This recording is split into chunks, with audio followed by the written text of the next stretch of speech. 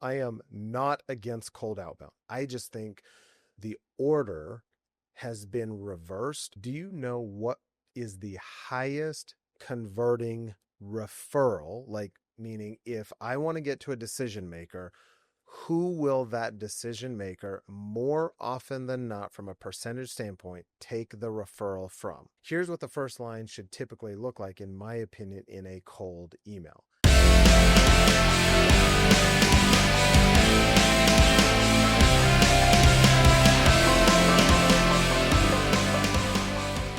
Stephen Newman, so good to have you on the podcast. You're an entrepreneur who got into the tech sales arena. You crushed it at Outreach, Avanade, now Accenture. And oh yeah, where were you before that? You started at Microsoft? I mean, dude, you've crushed it on this path. I can't wait to dig into what it takes to rise up in tech sales as an entrepreneur and generate a ton of wealth and freedom in our life. So I got to tell you a quick little anecdote. There's a girl in my network, and she went out with a guy and ended up dating him, and she never would have talked to him, never would have gone for it. And I asked her, why did you end up dating this guy? And she said it was because he was introduced through a friend, a warm referral.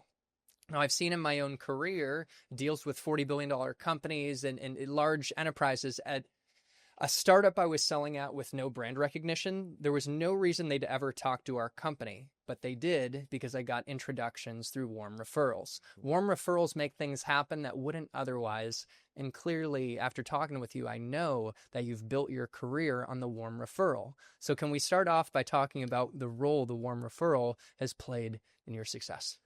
Yeah. One, first and foremost, thank you for having me. One correction, I have not crushed it everywhere I've gone. I would say I've had, if not more failures in my career than less. One thing, the reason I bring that up is, to be a success, one of my mentors told me, how many times do you have to be successful to be successful? The obvious answer is one. And so no matter where you go, you're going to have ups and downs. I have not crushed it at every single place I've been, but I would tell you that the successes far outweighed the failures Yeah. in totality, but probably the number of failures is quite a bit more. And that's the goal of life, is just keep pushing through to get there, right? So I got to interject. I had another leader like yourself on the podcast, and I said, he's never not missed quota. Or he's never missed quota. And the guy after he's like, dude, I have. And so I think I'm a little too much of a hype man. I need to tone it down. So I use the language like crush. Yeah. But what a great way to start the podcast, to put in perspective, the greatest, they fail faster and more, and they fail forward. Exactly. I love it. And we could go in a lot of different directions. I think, was it a tennis player? Sorry, I can't remember who was talking about this recently. A famous tennis player, he was just talking about, he only wins like 51% of all of his points, but from a match perspective, he wins 80+% of the matches, things of that nature. So it's a great point to talk about, and actually transitions well into warm referrals, because when you think about what warm referrals, and I think you basically asked, what kind of role does it play in my life? I would say 90 to 99% of any success that I can attribute in my life has come from warm referrals. I'll give you one easy example. The only job that I can actually think of that I ever got because I submitted a resume was with Fidelity Investments. Okay. And it was literally because it was through a staffing company. I went through a contract company, and then I end up, getting a full-time gig there. Other than that, every job that I have gotten has come through a warm referral. So if you actually think about that in tech sales, even how I got into Microsoft, all these different things, you can attribute even all the commissions and all the deals that I had was really, I was only there because of a warm referral. So I would tell you that it's probably 99% portion of the role of success. And I would tell you, the way that I look at warm referrals is through a very specific philosophy, which is, why would someone want to refer you, or me, for that example, right? And so that is a question that I think about all the time. who am I? And am I being a referrable Mm. person? So just kind of the philosophy I think about initially when I think about warm referrals. How do we make ourselves into a referrable person? Yeah. Oh, that's such a great question. Um, I'm a big believer in a saying that quote me if you will, principle, scale, tactic. I don't know if the audience could see. I picked up my pen to write. Oh, I think they could see. I love it. Yeah. Principle, scale, tactics don't. What do I mean by that? So many times when we try to emulate success, what we end up emulating is actually the tactics, and then we wonder why something doesn't work. But what we need to emulate is character, principle. Like principles are things that are in perpetuity. They are things that resonate regardless of the situation. Something as simple as, like if I were to ask you, this is the most basic thing I can think of. Do you think if I was a jerk to you, I would be a guest on your podcast? No. Probably not, right? It's a principle. But because I'm kind, I'm genuine, I'm nice. And actually, if I think about it, I can't remember how I could have sworn it was a warm referral how I got to you as well, because somebody commented. It was through KD's post, and it's funny because he sat in the exact chair you did. So two legends. I love it. Of industry. But it was through some engagement on LinkedIn, but there was generosity involved. You left a thoughtful comment. Yeah. What an opportunity on LinkedIn for us to be generous. By the way, we get to pay attention, which is funny. The word is pay, like it's actually like a transaction and an investment to boost someone's post, which I actually really appreciated. You did that for me. And so it's amazing how just simple acts of generosity add up. Yeah. And because I know KD, because he was on, because I trust KD, I love his leadership style, I love his content that he puts on there.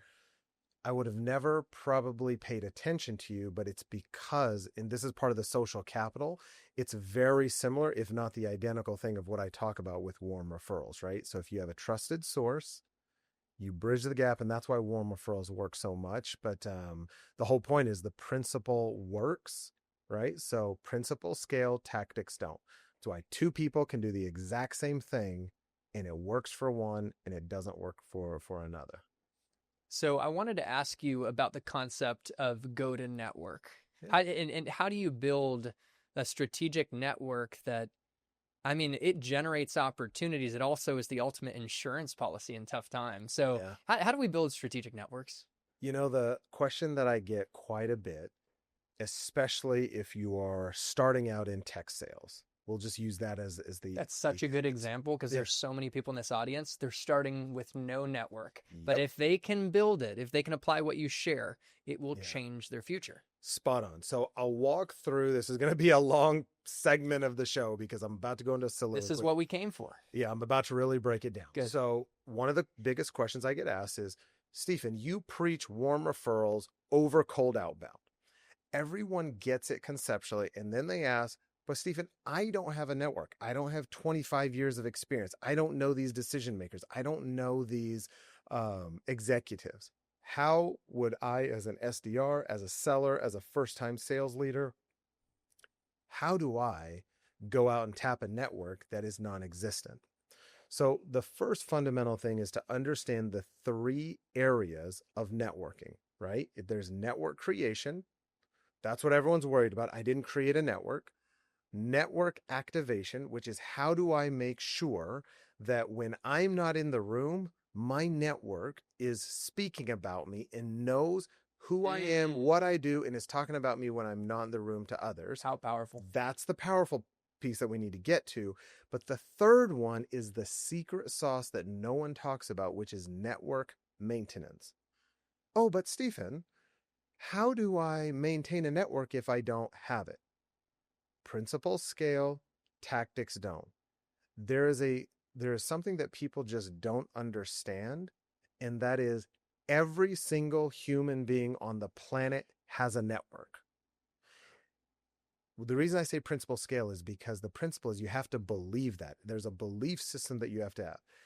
If you were born on this planet, You probably have a mother, and I'm not saying this is in keep it in the context of what I'm talking about. You have to know someone.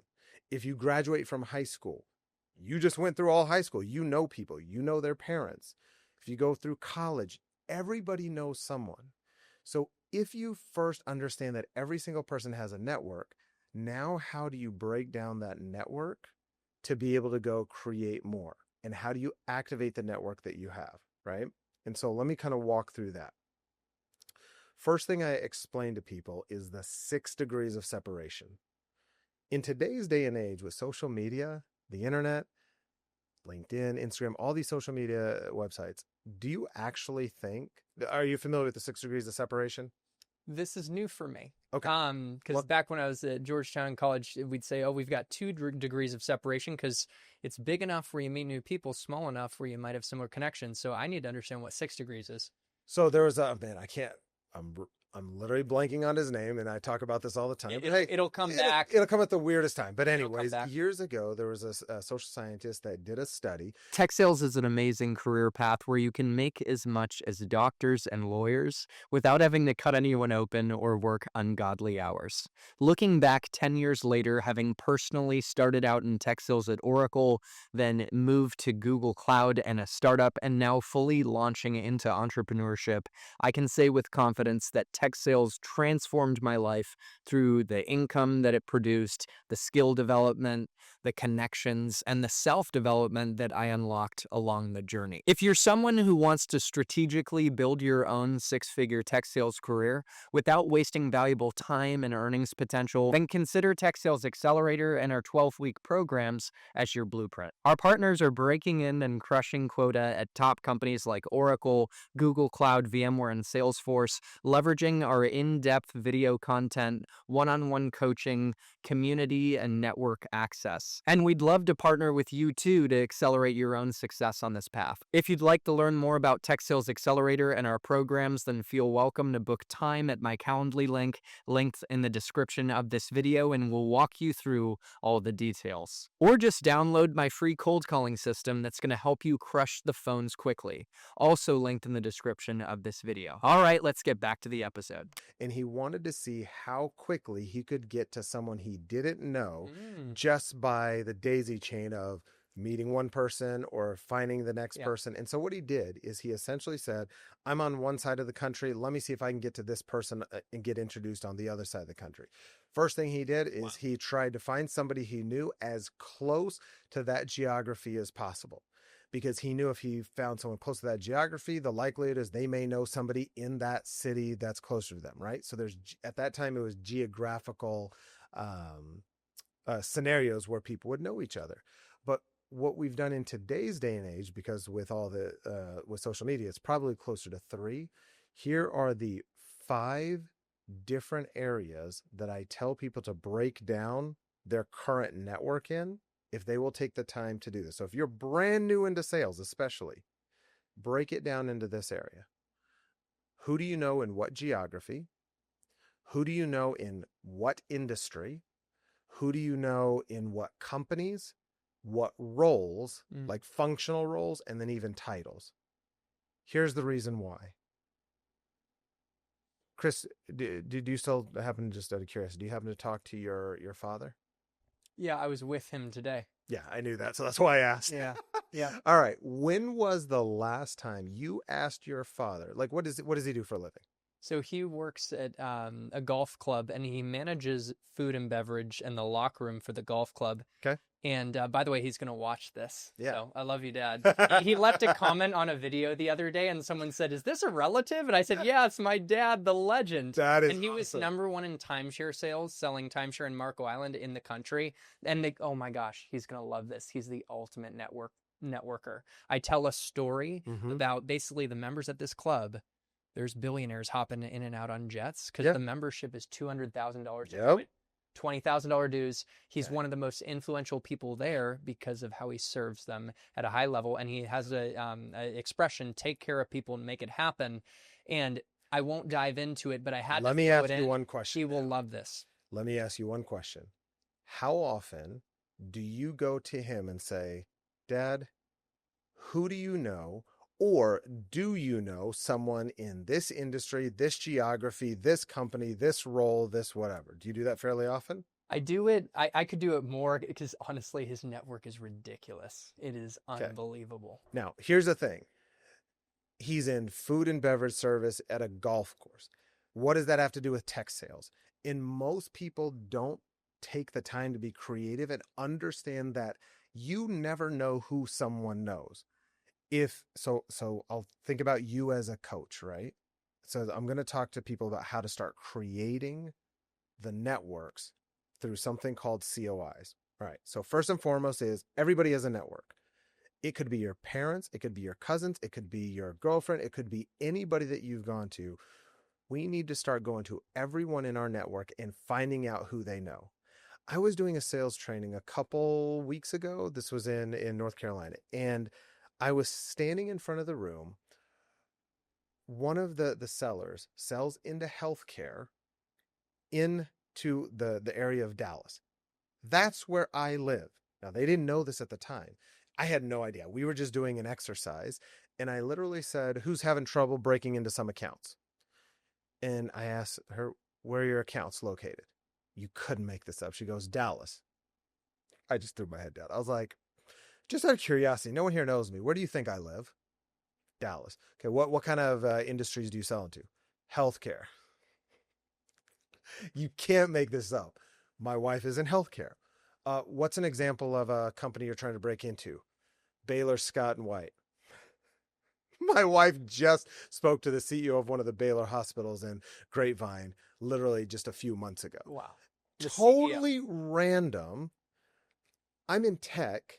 And so we did it again with someone else. I just pick some random person in the class, and he was probably like 24 years old. I go, question, what's your name? Ben. Ben, who do you know in healthcare? It's like, my girlfriend. Interesting. What does she do? She's a nurse. And we just went down this rabbit hole, and everybody was like so amazed because of who his girlfriend was connected to. And you would just never know. Because what we do is we put people in a box. Principles scale, tactics don't. The principle is if you look at every human being as valuable and not try to judge and put someone in a box, well, they don't have a title, they're not in this place or geography, you don't know who someone knows. So all people have value. But if you understand like that you're trying to get after a target market, you talk to everybody and anybody within your circle and say, who do you know? Guess what? Let's say I got introduced. We're about to show what your clients should be doing with you, right? Chris, would you be open to introducing me to your father? Yes or no? Yeah. You mean for you specifically? We're not. Yeah. Yeah, right? Yeah. I'm a cool dude.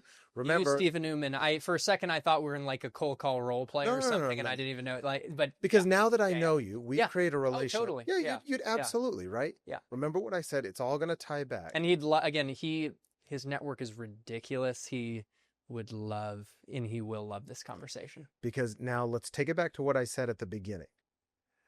The philosophy or the principle that I always think about is, am I referrable?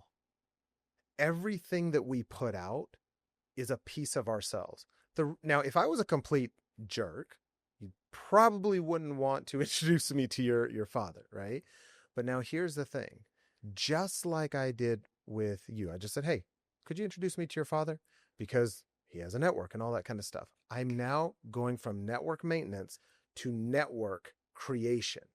I will create a new person or a new node in my network by adding your father into my network.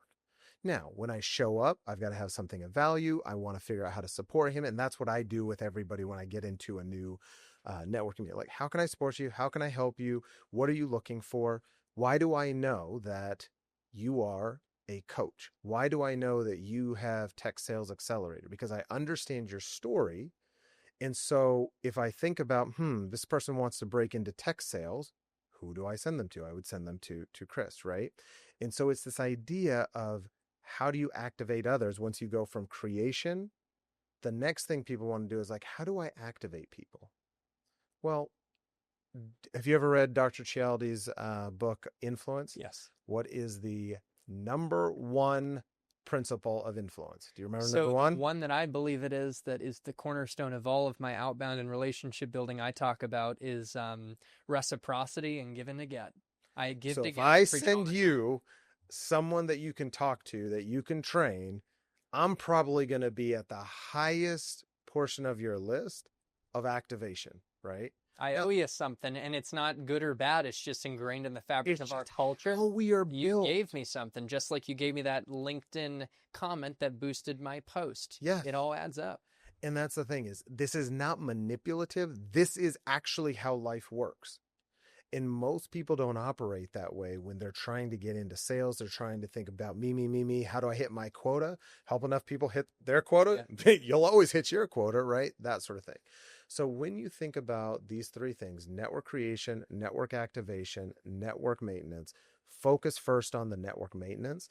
And here's a couple of the secrets that I would tell you. People are like, Stephen, how do you keep in touch with everybody? Well, when I think of them, I shoot them a text. I tell them why. Like, if I'm driving, I was driving down to Austin. I thought of a few people. I don't know why they popped into my head. And I literally send them a text, talk to text. I'm not sitting there texting and driving. And I say, hey, listen, I'm sitting here driving to Austin. Have no idea why you popped into my head, but you just did. Hope you're doing well, man. Everything good? I give them the context, because most people, if you reach out to them after 20 years, 10 years, 5 years, you haven't been reaching out, they think you're wanting something. Doesn't have to be the case. It's if you think of someone, whatever reason, I'm reading a book, there's a name of somebody that I haven't talked to in a while. That's how I'm able to constantly keep up with people, is in the moment, I just send it. Well, Stephen, what if you think about someone at 10:30 at night and you're laying in bed, you read a book, do you text them that late? Yes. It's called delayed send, Yeah. right? So I have it send the next Oh, morning. you know what? I did actually think of someone the other night, including last night, and I send it, but I should delay send. I never delay send. That's it's more, okay if you that's do. more empathetic. It's not that. It's because the reason I say the delayed send is because most people don't send the text because they'll say, oh, it's too late. I don't want to bother them. You better send it, but Sending ideally is you better than send no. it at the right time. And what's funny is I was at a little retreat with Justin J. Johnson, who's someone you might have heard of. Yeah. I had him on the podcast before.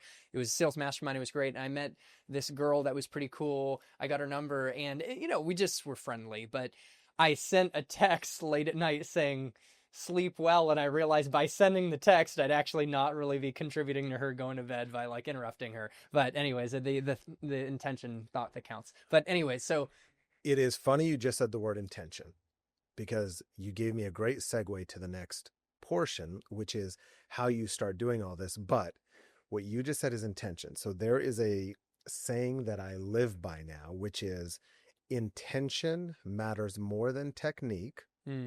But technique still matters. Your intention was to be kind, be nice, whatever.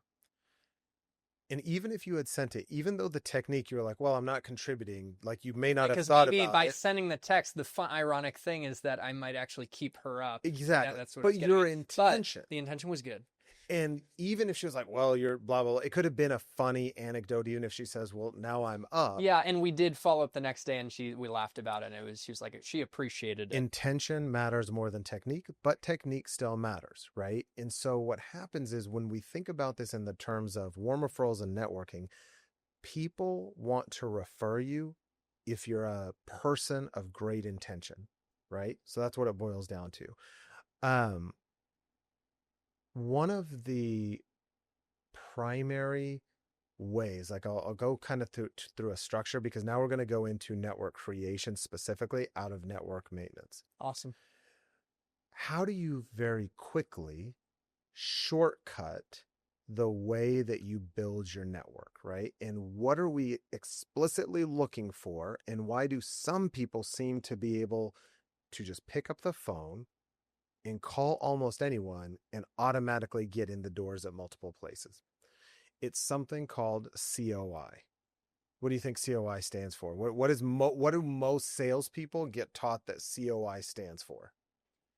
Well, and shoot, we were talking about this earlier. So, but I actually think I think you're saying center of influence, right? Was But what do but, most sellers get taught COI stands for? The most oh important shoot, is it something of investment?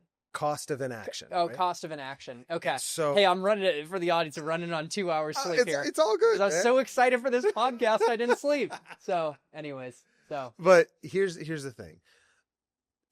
To me, the most important aspect of sales, success, life, whatever you want to call it, personally, I think it's COI, center of so it's there's actually 4 COIs, right? And 5 if you count cost of inaction, and there's a lot of other ones, right? we're talking about center of influence. Center of influence, right? At the end of the day, you either want to be a center of influence, or you need to know plenty of centers of influence. So how do you become a center of influence? How do you become the person that everyone knows or you have influence? Now, there's a couple different ways right off the bat, right? You could be a celebrity, you could do something, You invent can be something. someone. I have some friends who organize get-togethers. They're very passionate. They bring people together, and over time, they could be a pillar in the community. There's a second step, and we'll get to that because you're spot on. Okay. And what it boils down to is most centers of influence have done something of substantial impact for humanity. And when I say impact, it could be positive or negative. They know, whatever, however people want to believe. What I mean by that is you've got celebrities, you got athletes, you got big time CEOs, you got people who are well known, borderline famous / centers of influence, big time authors, things of that nature. The second one is connector of influence. So individuals, any human being on the planet can be a great connector of influence, because all you have to do is say, what does this person need? This person has a problem. This person has a solution. Let me bring them together. And now I have established value between 2 individuals, and now I'm the connection piece, right? And so that's the connector of influence. And I have to say, my dad and I are like that. And I have stories, and we could go into story time, but I'll just say that resonates a lot. Yeah. The connector of influence, be able to connect different people with different needs and bring them together. I even connected, I'll just say real quick, 2 founders of a startup. And I was so proud of that. I was able to connect them, and they founded a company. I mean, how cool. It's not quite like connecting 2 people that get married. That's nice matchmaking, but a different type of matchmaking. 100%. But what you're talking about is what you were alluding to earlier, is centers of influence who bring people together. Those are connectors of influence. But here's the point. I'm breaking down what we can do for anyone breaking into sales, breaking into anything they want to do to become a center of influence. You become a great connector of influence. You now become a center of influence, right? Now, well, Stephen, I still don't know a lot of people. How can I quickly meet centers of influence? Isn't it true that birds of a feather flock together? Centers of influence, they call them tribes, they call them communities. So when you are able to join a community of influence, you can start shortcutting your way. That's why you see a rise of all these communities, digital. And I call my group the TSA tribe, Tech Sales Accelerator tribe. So funny you mentioned that. I didn't even know that. And so the thing is, when people are, banding together, it's like a fraternity, a sorority. I want you to think about how people are so loyal to a team. If you're part of my team, man, I got your back. So when you join a community, I know some people are like, well, I don't want to pay for that. I don't want to. Fine. You don't have to invest in community. Someone's taken the time, put it together. Like, that's why country clubs exist. Yeah. People don't honestly join the country club just for golf or for whatever. It's the community. It's the connections. Yeah. And oh, dude, it's like my dad's golf club is nuts. So we have top politicians, top athletes, billionaire CEOs of companies. I'm talking with, I don't know if you know Fuzzy Zeller. He's a former golfer, and his buddy there is friends with the founder of Databricks. Oh, do you want to work at Databricks, Chris? Now I became an entrepreneur, and I'm here with you now, following the dream. But that's just a little taste. I had to throw. It's like it is so powerful in like these country club settings who you might come across. And my dad is just. He actually shines shoes and folds towels as a part of his job description. Yep. But because of how he's served, he can make, I have so many good stories, and I'll applaud myself because obviously I'm proud of my father. But I love you, get Dan. it. But like, I've seen the way he has connected people to life-changing opportunities through his network. Because he now is a connector of influence. I'm so proud of him. Yeah, and he's become the center of influence. And it's because of the community of influence. Now, most people, when they get into sales, here's the part where they don't, like, I really feel like a lot of us, myself included, have not always done a great job of what the next COI, which is customers of influence.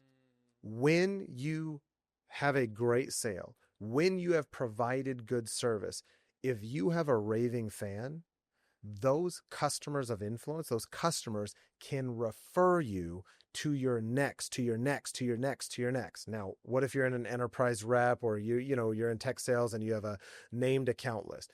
Doesn't matter. You would be surprised how many birds of a feather flock together, how many people know someone else in one of your other accounts. And when you think about a go-to-network culture, it's not just about the seller. It should be everyone in the company. I guarantee you, the finance director at your company probably knows someone in one of the accounts one of the salespeople are trying to sell into.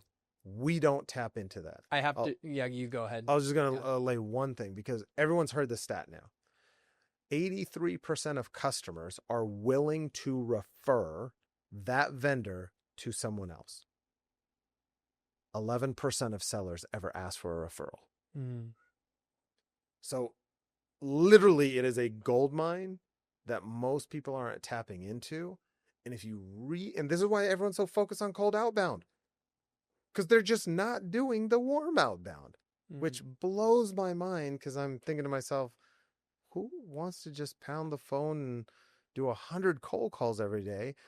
And you said something really powerful on the way over here about the way you view cold calls. So I'll leave that on you to share, because I thought it was really powerful, and it's exactly what I would normally say, but it's your show, so you get to say the powerful statements. Yeah, but there's nothing more powerful than the warm intro, and I feel like that's the first order of business. Yeah. You have a way to tap into your own network to get the referral, ride the coattails of the trust that the other person has with the person you're trying to connect with.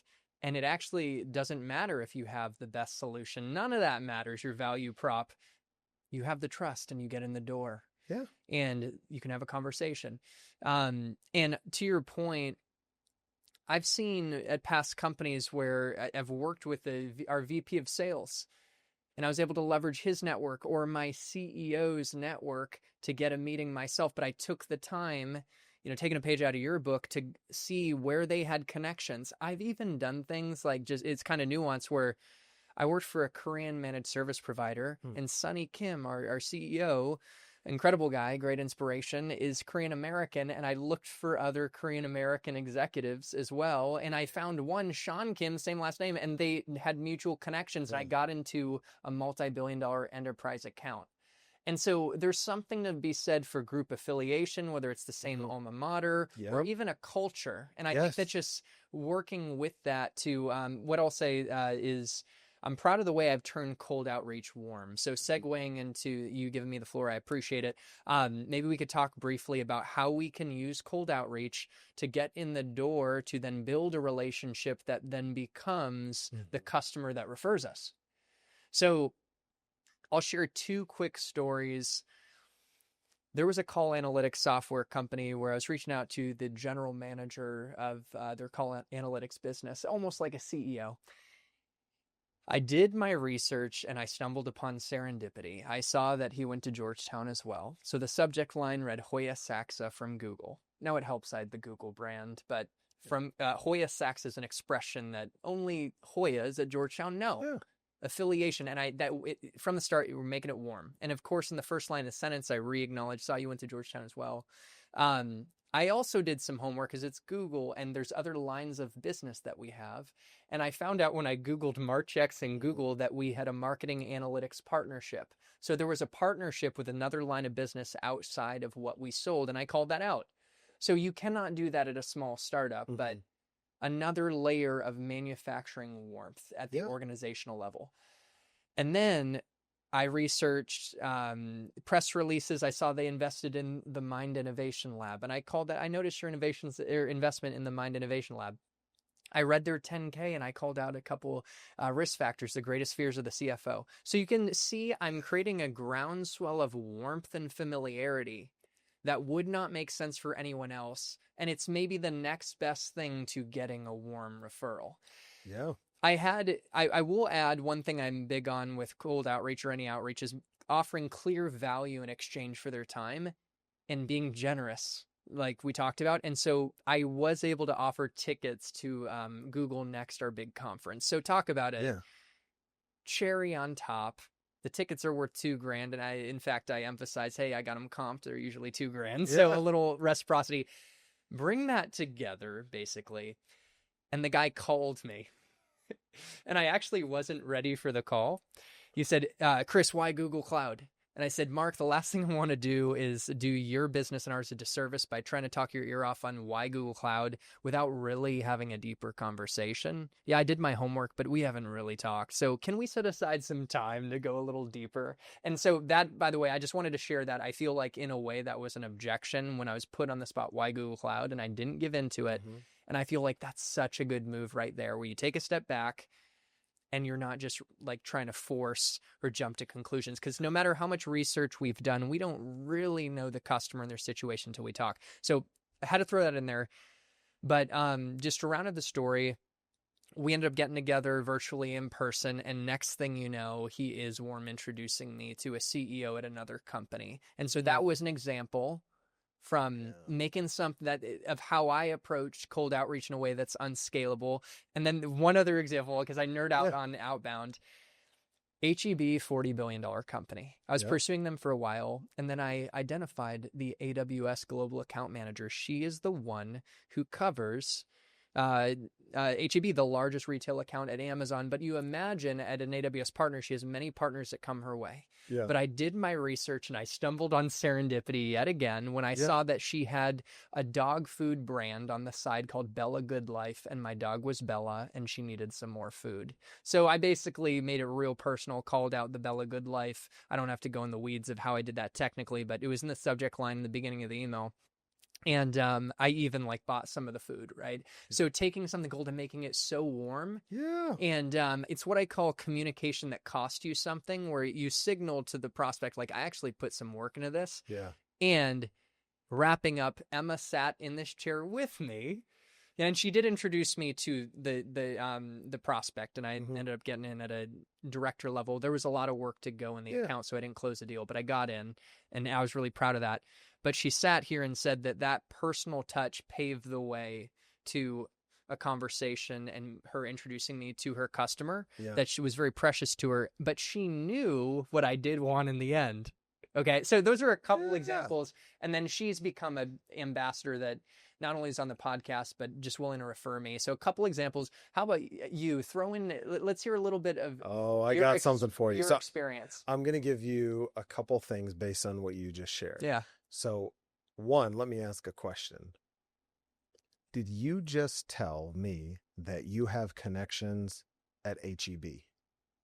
I have connections with the person who has done, how many figures is it? 7, 8 or more, has like one of the largest cloud infrastructure contracts that runs HEB's infrastructure. Exactly. So, yeah, and not only the seller, but I actually have a few in data analytics, and she introduced me to cloud engineering, but she actually, she works with a lot of the executives because the AWS is a huge relationship.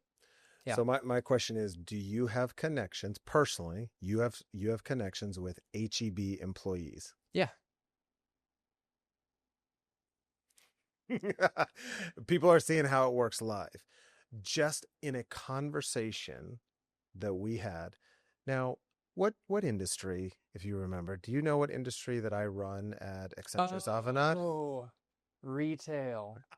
Yeah. You cannot make this stuff up. Yeah. If we are just present, if we start to have conversations, if we network, this is way more fun and I can than cold calling. but go ahead and say what you're going to say, because there's a couple things to your... it's just funny. I'm nerding out now. It's like I can give you insight on the partners. I know the partners who are in there. I know their technology stack, and not just AWS, but different platforms. And I realize that shouldn't be blabbering about it on this podcast. Edit all that out. We don't. I never edit anything, by the way. We flow, because I've had times where I lose my train of thought for like a minute. It's so awkward, but I keep it because I love the humanness of it. I want to be real, but so we'll explore that later. But you get the point. Is this is what I want people to see. Never underestimate the power of the next person. There's something in your story that I would say that I probably would have, if I was your leader at the time, asked you to have done differently. Do you know what is the highest converting referral? Like, meaning if I want to get to a decision maker, who will that decision maker more often than not, from a percentage standpoint, take the referral from? So let's say I'm a seller.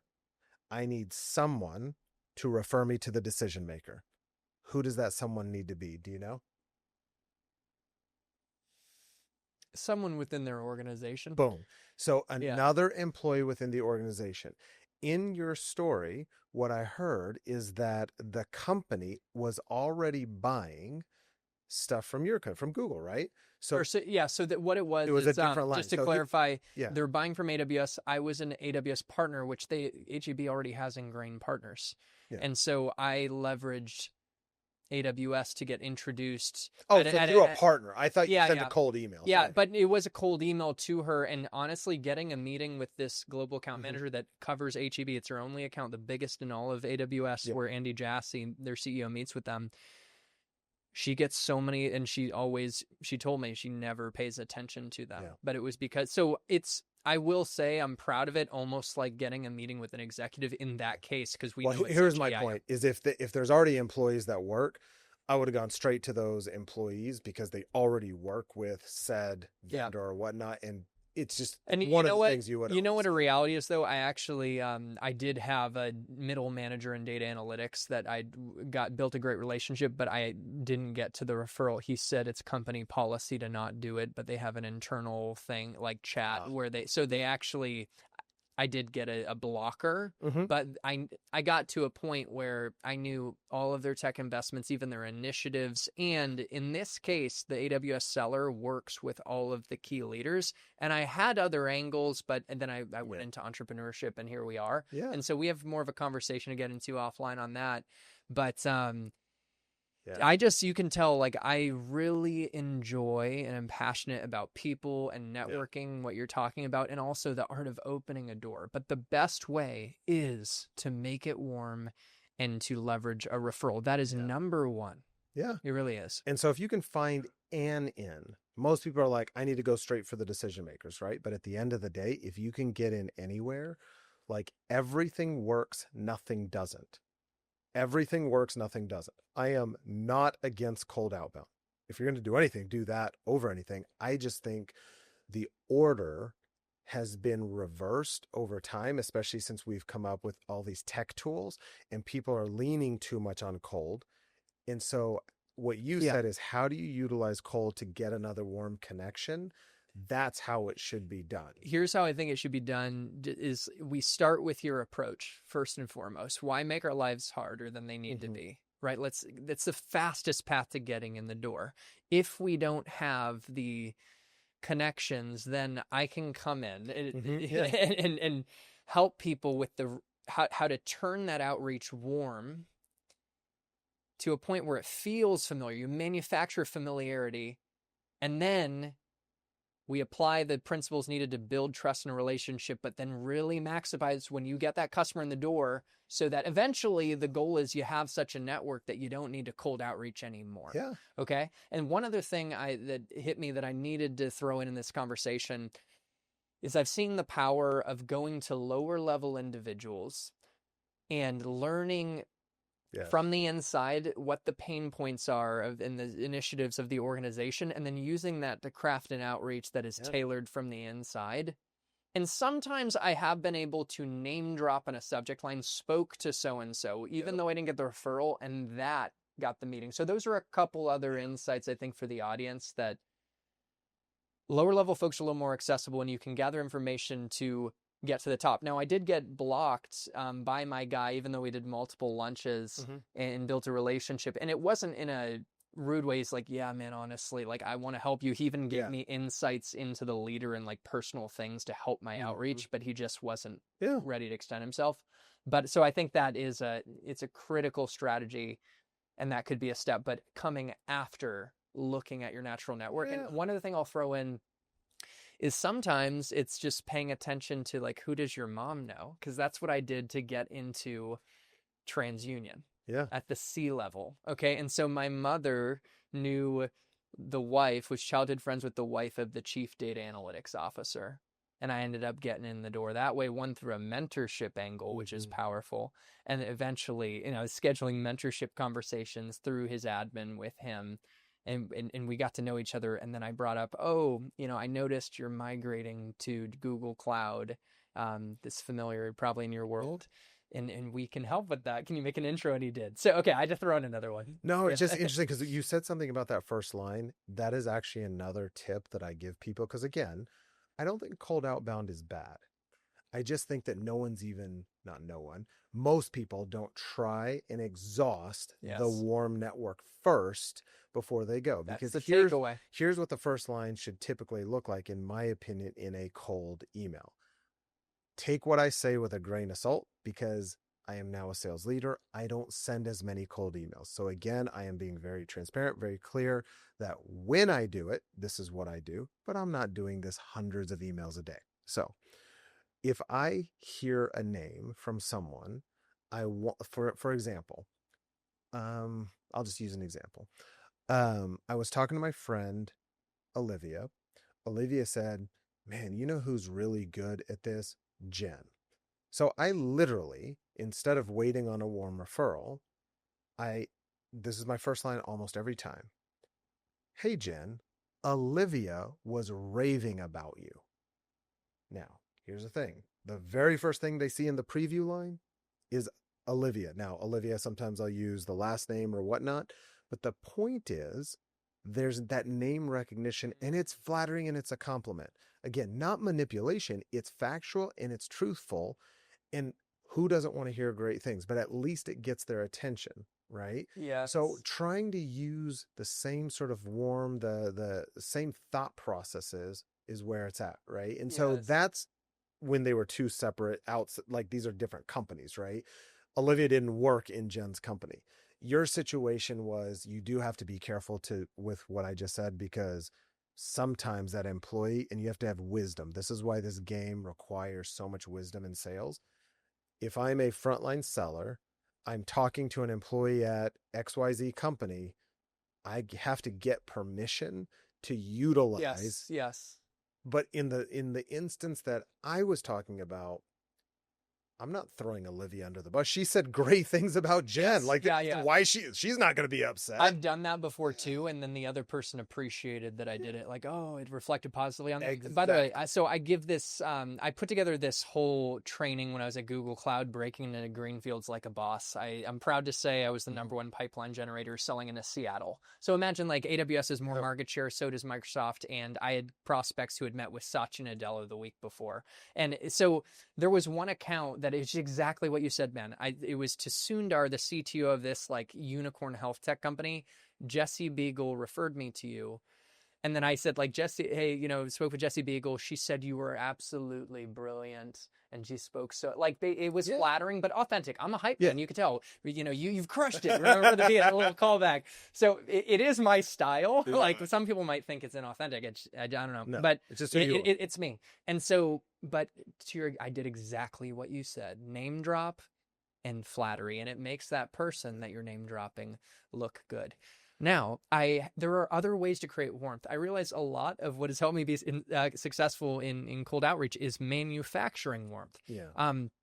If you're at an Oracle, like when I was back in the day when I cut my teeth as an SDR, to be able to look at where other lines of business are doing business with your prospect. Let's say I was selling the database, which I was.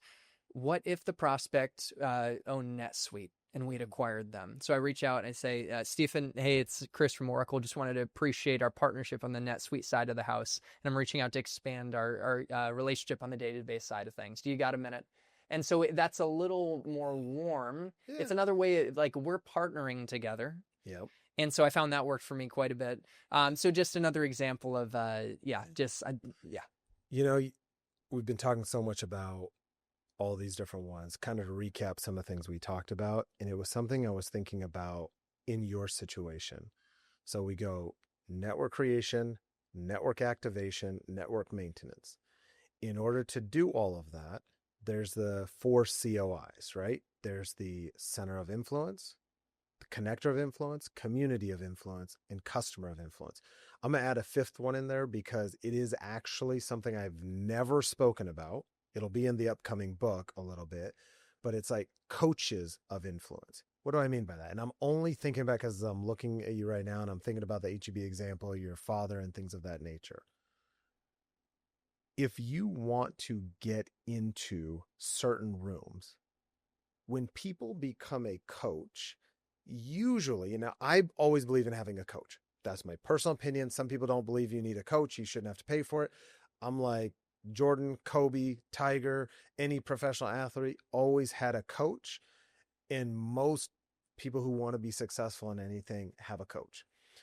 A lot of times I choose my coach based on who they know. It's their network as much as it is their knowledge. Yeah. So it's very interesting because when you talked about who your father is, I'm like, that to me is an asset. You would not believe who he knows. Like, it's But unbelievable. And also, I'm very proud of my network. And even through this podcast, it's been incredible to meet people like you. And I have a real intention to continue to build authentic relationships with people through this podcast. So where we can all win together, lift people up together. But I am very proud to say I believe one of the greatest differentiators of Tech Sales Accelerator is the network access. Because I know people at top companies like Databricks, Google, AWS, I've had people pick out a random SaaS startup, and there's usually a way I might have a connection, or I'm willing to reach out and make a connection. So I am proud of that. Because a lot of those coaches, actually, one of my favorite authors, one of my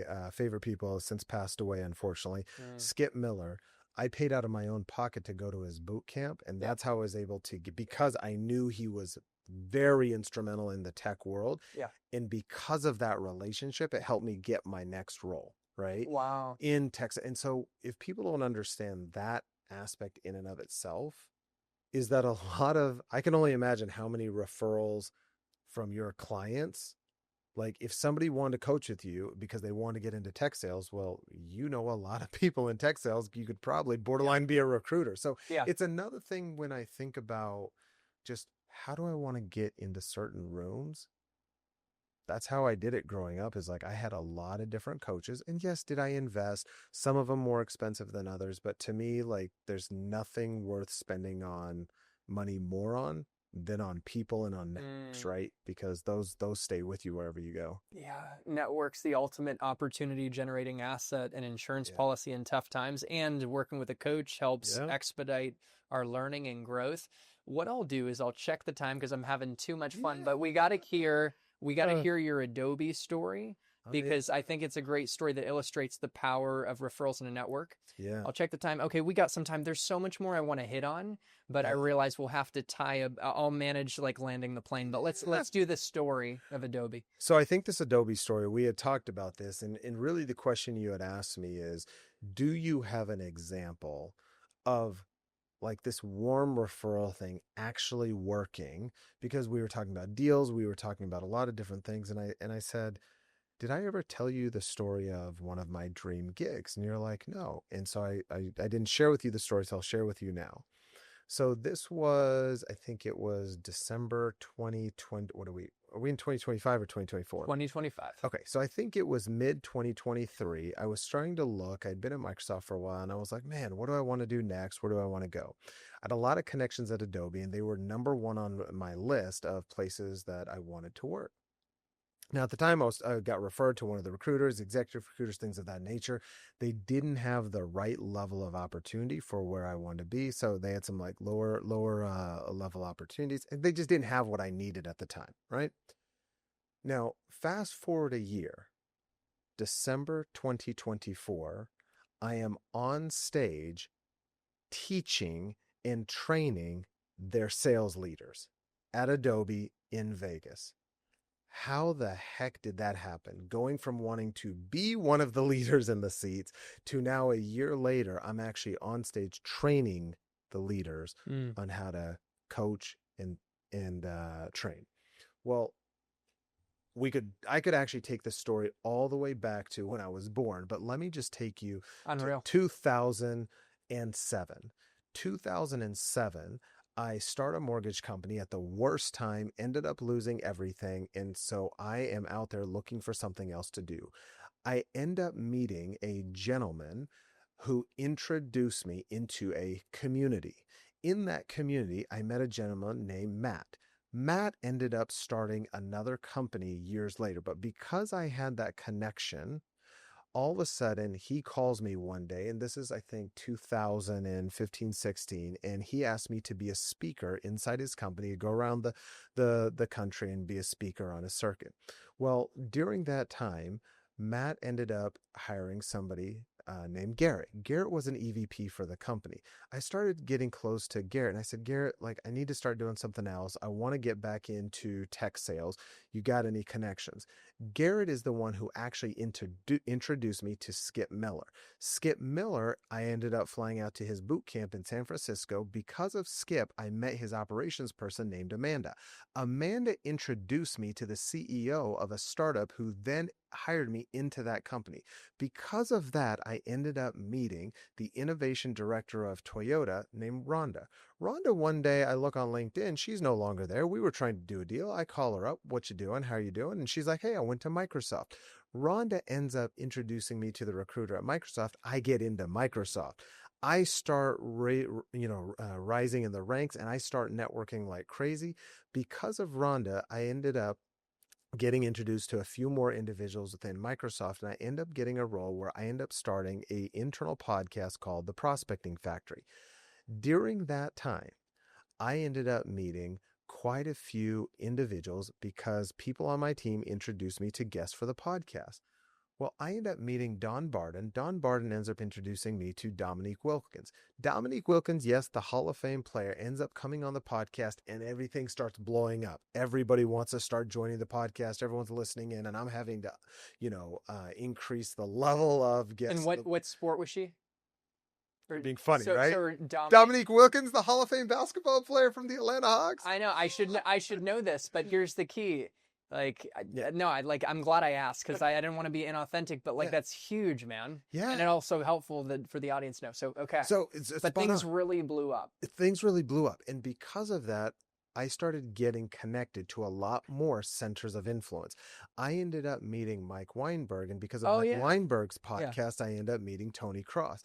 Tony Cross ends up having a contract. We're talking on the phone. He's like, hey, I got this gig at Adobe. I need some leaders, and I need some people to come help train and facilitate. Want to join? And it all came full circle. And so from one thing that I can point back, and I can write this through anything in my life, go back through the relationships, but I can point back to one of the worst times in my life. In 2007, when I was living out of my car, I lost everything in that crash, in that recession. From living in my car to being on stage at my dream company, all through just continuing to network and meet the next person, the next person, the next person.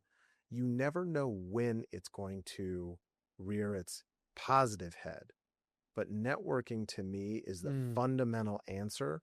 The go-to-network motion is the answer to almost all of our issues, if you want to say that, in sales.